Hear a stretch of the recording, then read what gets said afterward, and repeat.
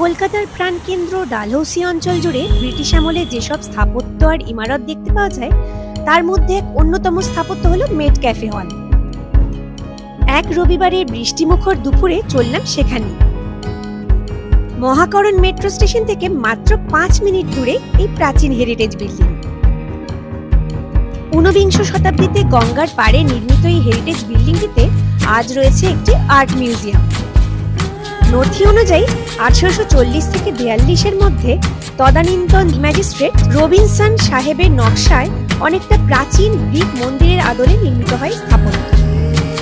British ভারতের governor general Charles মেট ক্যাফের নামে নামাঙ্কিত হয় এই বাড়িটি। সে যুগে এটি ব্যবহৃত হতো ক্যালকাটা পাবলিক লাইব্রেরি হিসেবে। বর্তমানে আর্কিওলজিক্যাল সার্ভে অফ ইন্ডিয়া অধিগ্রহণ করে এই হেরিটেজ সাইট ও তাদের তত্ত্বাবধানে এখানে হাল আমলে গড়ে উঠেছে আর্ট মিউজিয়াম, যা মূলত কলকাতার ইতিহাস, শিল্পকলা আর সংস্কৃতির প্রদর্শনী। অনলাইনে ফর্ম ফিল আপ করে 20 টাকা প্রবেশ মূল্য দিয়ে অনলাইনে টিকিট কাটতে হয়। 10 ফুট উঁচু বেসমেন্ট, বিশাল উঁচু সিঁড়ি উঠে গেছে বাড়িটির একতলায়। চারপাশ ঘিরে 30টি 36 ফুট উঁচু স্তম্ভ বা পিলারের উপর দাঁড়িয়ে এই বিশাল ইমারতের ছাদ। একতলার 2টি কক্ষে একটাতে ভারতের স্বাধীনতা সংগ্রামে আত্মবলিদান দেওয়া বাঙালি বিপ্লবীদের স্মরণ করা হয়েছে,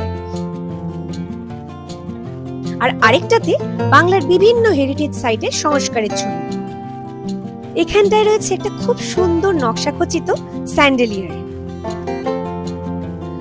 দোতলায় 5টি রুমে নানান ছবি আর পোর্ট্রেটে তুলে ধরা হয়েছে বাংলার সাহিত্য, ফিল্ম, সঙ্গীত, নৃত্যকলার ইতিহাস আর ট্র্যাডিশন। স্মরণ করা হয়েছে বাংলার শিল্প সংস্কৃতি জগতের মহান মানুষদের। ছবিতে ফুটিয়ে তোলা হয়েছে প্রাচীন কলকাতার ইতিহাস, কলকাতার কালচার, বাঙালির জীবনযাত্রা, উৎসব আর সংস্কৃতি।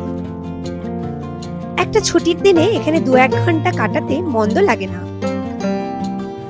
কোথাও লেখা না থাকলেও একজন সিকিউরিটির লোক আমাদের জানালো এখানে নাকি ভিডিও করা মানা, তাই ছবি ভরসা।